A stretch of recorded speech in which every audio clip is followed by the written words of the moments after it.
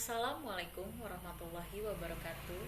Perkenalkan, nama saya Santi Ayu, NPM 201601010 dari program studi PGSD 2B mata kuliah Pendidikan IPS SD kelas awal. Di sini saya dari kelompok 1 akan menjelaskan materi mengenai perspektif pembelajaran IPS di SD. Langsung saja masuk materi yang pertama, yaitu 1. Teori dan rasionalitas ilmu sosial.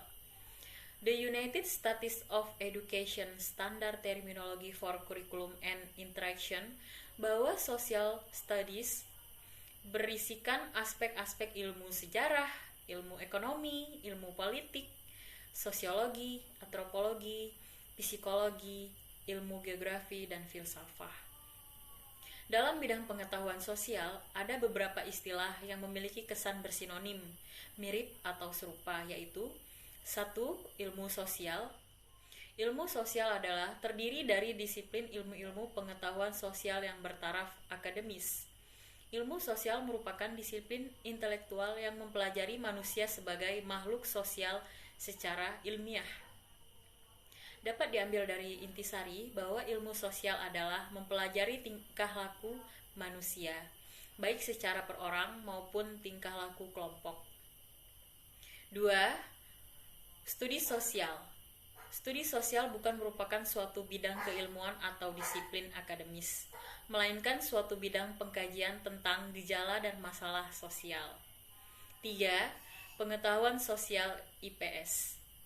IPS merupakan gabungan dari berbagai cabang ilmu sosial atau juga dapat diartikan sebagai hasil kombinasi dari sejumlah mata pelajaran. 2. Pendidikan IPS di Indonesia. Pendidikan IPS di Indonesia secara historis epistemologis terasa sangat susah karena di Indonesia belum ada lembaga profesional bidang pendidikan IPS.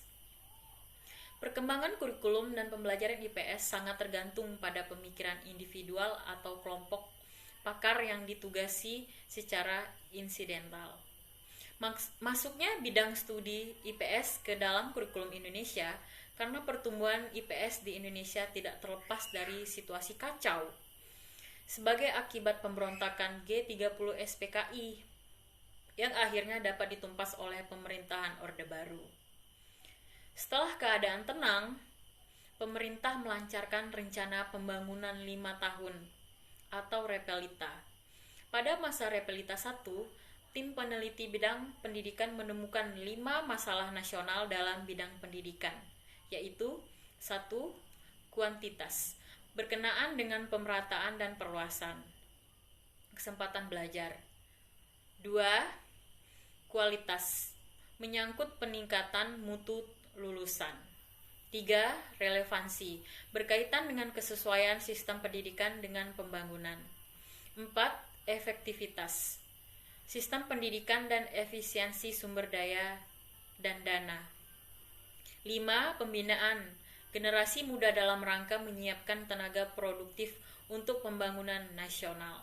Secara umum, IPS dikenal sebagai seleksi dari struktur akademik ilmu-ilmu sosial yang diorganisasikan dan disajikan secara ilmiah agar tercapai tujuan pendidikan nasional berdasarkan Pancasila.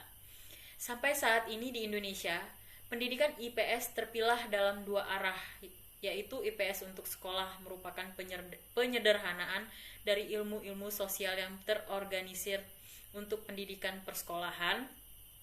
Ilmu sosial untuk perguruan tinggi merupakan penyeleksian secara ilmiah dari ilmu-ilmu sosial humaniora untuk tujuan pendidikan profesional guru IPS. Jika dilihat secara analitik, praksis pendidikan IPS dalam kehidupan masyarakat bangsa negara Indonesia menunjukkan suatu bidang permasalahan yang bersifat utuh dan menyeluruh. Oleh karena itu, pendekatan yang perlu digunakan dalam pengkajian pendidikan IPS di Indonesia adalah pendekatan holistik, yaitu pendekatan yang menuntut kearifan, intuisi, dan bersifat ekologis.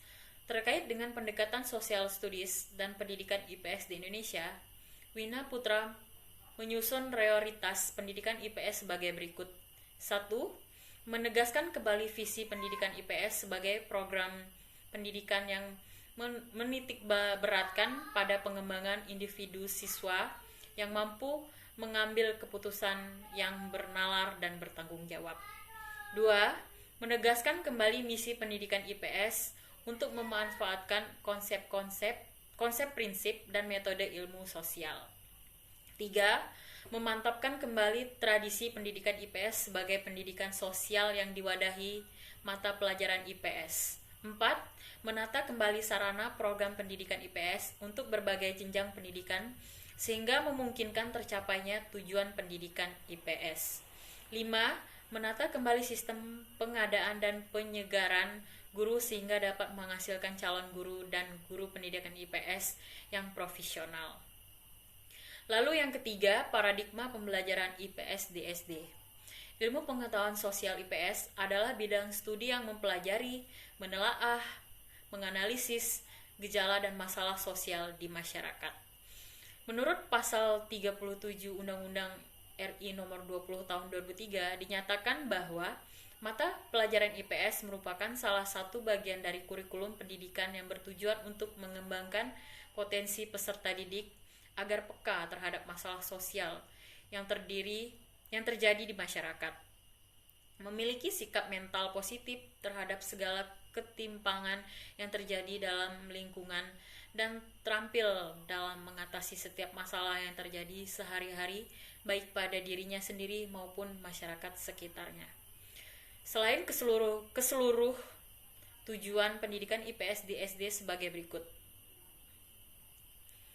1. Membekali anak didik dengan pengetahuan sosial yang berguna dalam kehidupannya kelak di masyarakat. 2. Membekali anak didik dengan kemampuan mengidentifikasi, menganalisis, dan menyusun alternatif pemecah masalah sosial yang terjadi dalam kehidupan di masyarakat. 3. Membekali anak didik dengan kemampuan berkomunikasi dengan sesama warga masyarakat. 4. Membekali anak didik dengan kesadaran, sikap mental yang positif dan terampil terhadap pemanfaatan lingkungan hidup yang menjadi bagian dari kehidupan. 5. Membekali anak didik dengan kemampuan mengembangkan pengetahuan dan keilmuan IPS sesuai dengan perkembangan kehidupan masyarakat, ilmu pengetahuan dan teknologi. Sedangkan pada kurikulum 2006, pembelajaran IPS bertujuan agar peserta didik memiliki kemampuan sebagai berikut.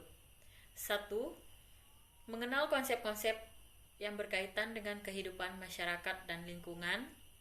2. Memiliki kemampuan dasar untuk berpikir logis dan kritis. 3. Memiliki komitmen dan kesadaran terhadap nilai-nilai sosial dan kemanusiaan. 4. Memiliki kemampuan berkomunikasi, bekerja sama, berkompetisi dalam masyarakat. Dalam kegiatan pembelajaran ilmu pengetahuan sosial, siswa dapat dibawa langsung ke dalam lingkungan alam dan masyarakat.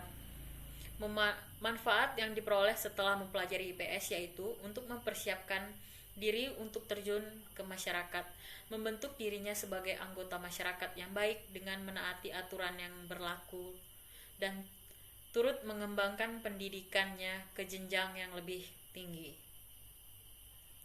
Pada ruang lingkup mata pelajaran IPS SD meliputi aspek-aspek sebagai berikut. 1. Manusia, tempat, dan lingkungan. 2. Waktu, keberlanjutan, dan perubahan. 3. Sistem sosial dan budaya. 4.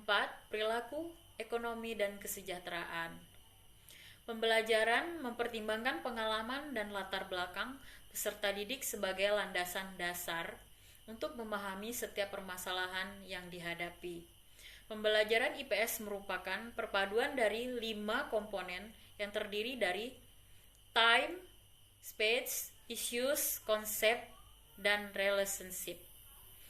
Demikianlah materi yang dapat saya sampaikan. Apabila ada salah kata, saya mohon maaf. Saya akhiri. Wabillahi taufiq walhidayah. Wassalamualaikum warahmatullahi wabarakatuh. Terima kasih.